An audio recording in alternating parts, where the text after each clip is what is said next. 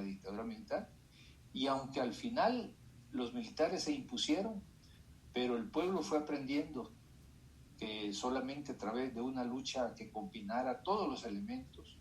los sindicales, los electorales, los pacíficos, los armados, etcétera, se podía llegar a derrocar esa dictadura. Surgen las organizaciones armadas,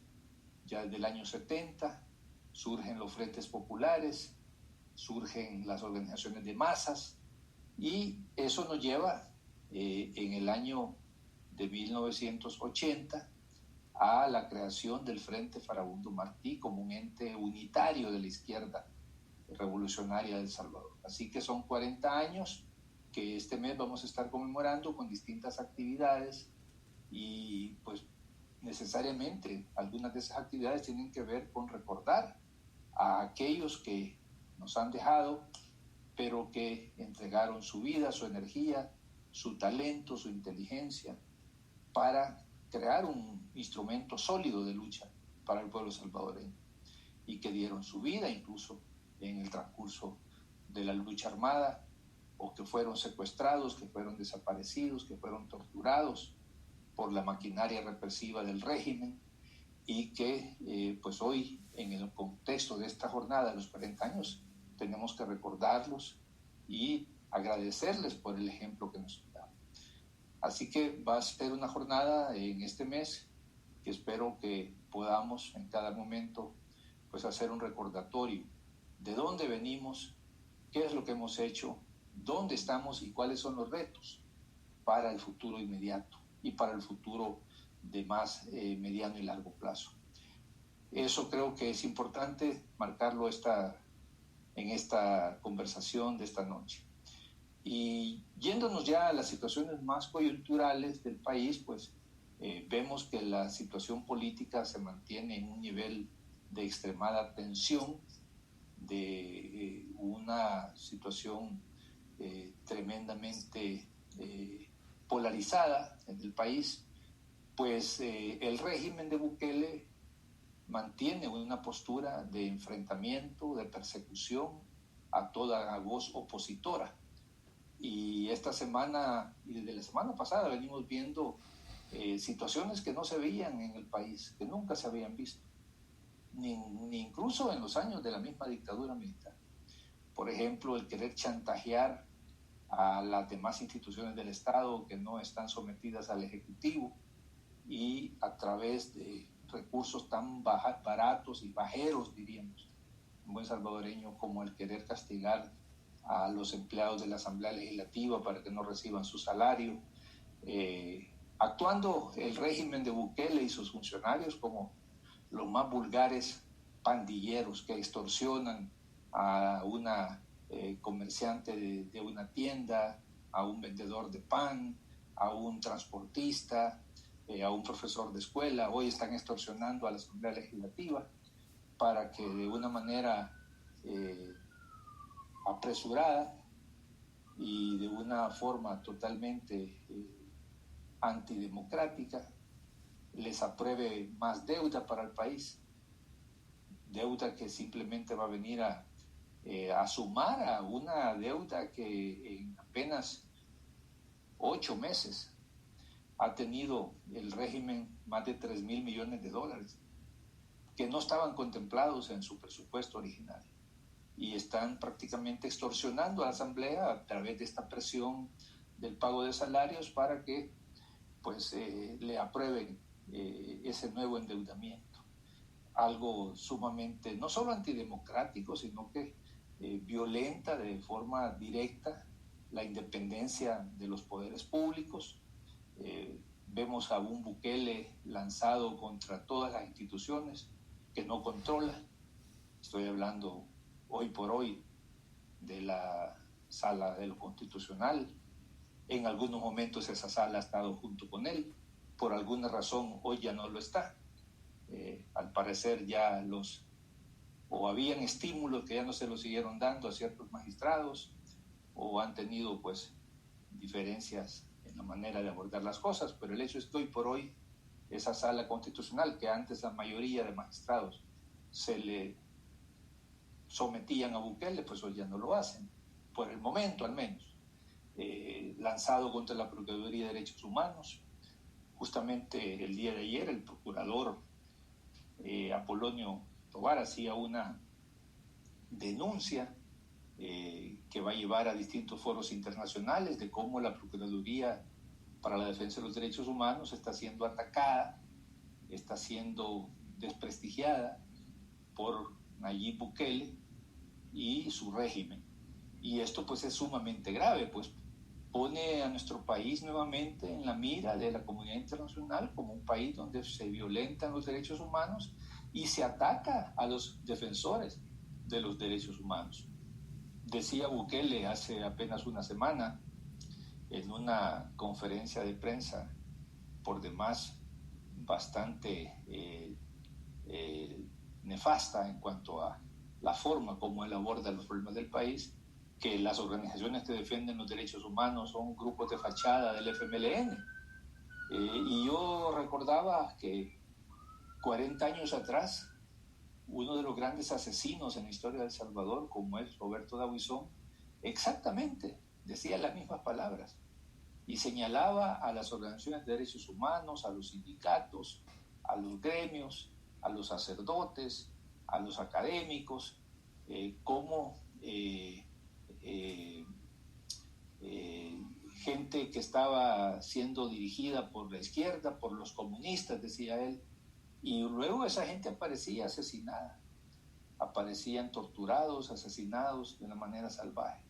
Exactamente lo mismo está sucediendo ahora, 40 años después, ya no por un psicópata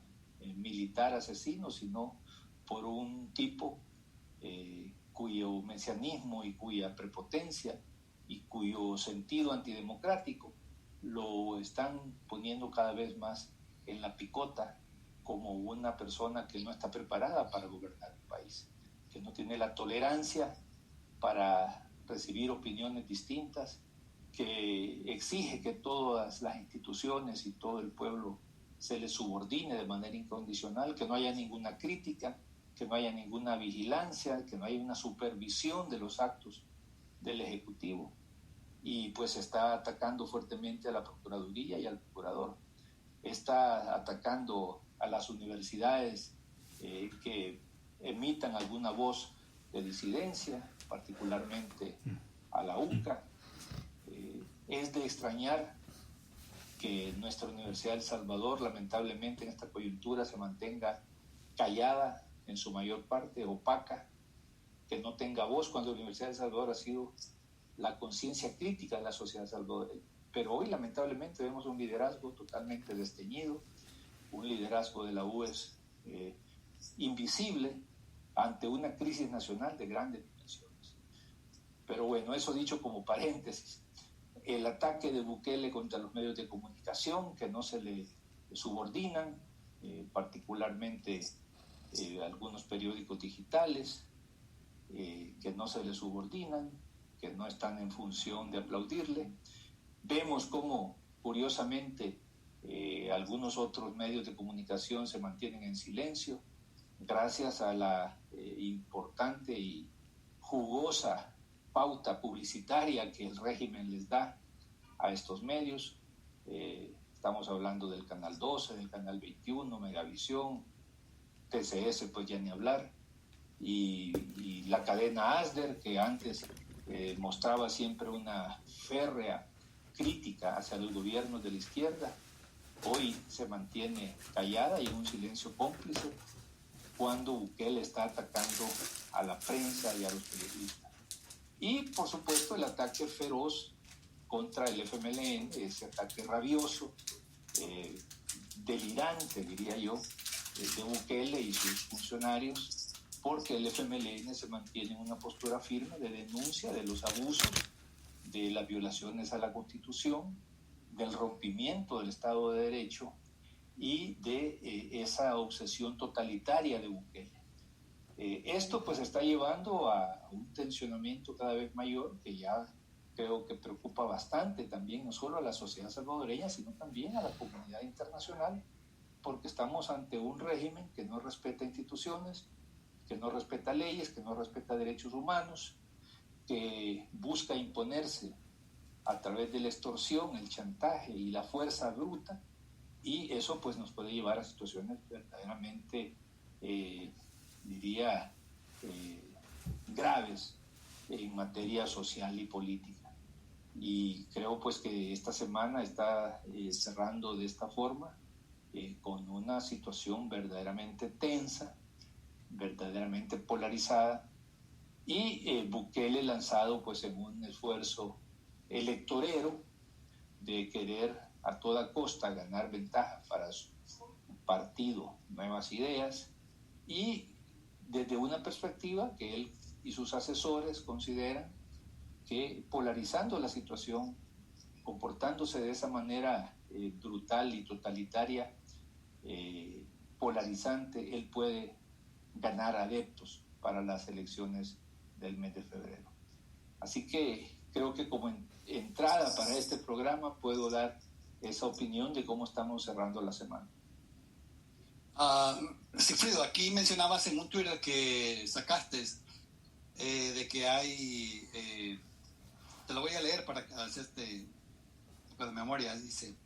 así opera la mafia en el poder, se reúnen Bukele y Raúl Melara con frecuencia y deciden a quienes de los adversarios políticos perseguirán y a quienes de sus compadres protegerán. Contra los primeros inventan casos con pruebas falsas y los segundos les borran sus delitos. Estás hablando aquí de unas reuniones privadas entre Bukele y Raúl Melara. Sí, dice el viejo refrán popular que el pez por su boca muere, y ya van varios tweets de Bukele donde revela reuniones secretas que tiene con Raúl Melara, donde se ponen de acuerdo a quién van a perseguir, qué le van a inventar, qué montaje van a hacer. Y es importante esto, y quiero subrayarlo para todos los que nos escuchan, de que esto es un juego de apariencias. Raúl Melara es un empleado de Casa Presidencial y lo usan precisamente para perseguir a aquellos que somos una voz incómoda, una voz crítica, y que saben que no nos atemorizamos ante la prepotencia y las amenazas ni de Bukele ni de toda la derecha. Ellos juegan ese juego, están de acuerdo en privado y ahí deciden a quién perseguir. Y el caso personal,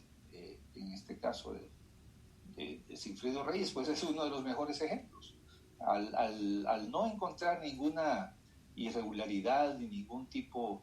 de violación a la ley, ni siquiera a la ética, durante mi gestión como presidente de la Asamblea, pues se reúne Bukele en Casa Presidencial con Raúl Melara y dicen, bueno, pero de todas maneras inventémosle algo para perseguir, porque si lo estamos persiguiendo con juicios, pues entonces lo mantenemos alejado de la vida política y lo mantenemos sin posibilidades de ser un actor en la política nacional. Y montan todo un espectáculo barato, con lujo de despliegue de medios de comunicación, catean mi casa, capturan a mi esposa, buscan capturar a mi hermano, a otros familiares, a otros amigos, compañeros de lucha y a otra gente que ni siquiera conozco, simplemente para darle volumen al caso. Y durante días están en esa campaña mediática, porque saben que no tienen ninguna evidencia de ningún tipo de acto irregular, pero mientras tanto judicializan el proceso. Lo llevan a un juez, el juez por temor, como suele suceder en nuestro país, por el temor a los medios de comunicación o a que los critiquen públicamente, pues dicen, bueno, hay que seguir el caso, aunque reconocen que no hay ninguna prueba. Y luego pues se lanzan con todo el aparato del Estado para perseguirme, para perseguir a mi familia, para expropiar nuestros ahorros, nuestros bienes, para buscar de qué manera destruirnos, tanto como personas, en lo social, en lo político, en lo civil, en lo moral. Lanzan una campaña internacional, se van incluso a la Interpol a pedir una orden de captura internacional contra mi persona y contra otras personas allegadas. Recientemente la Interpol les dijo, señores, nosotros no nos vamos a prestar a ese su juego barato, a ese juego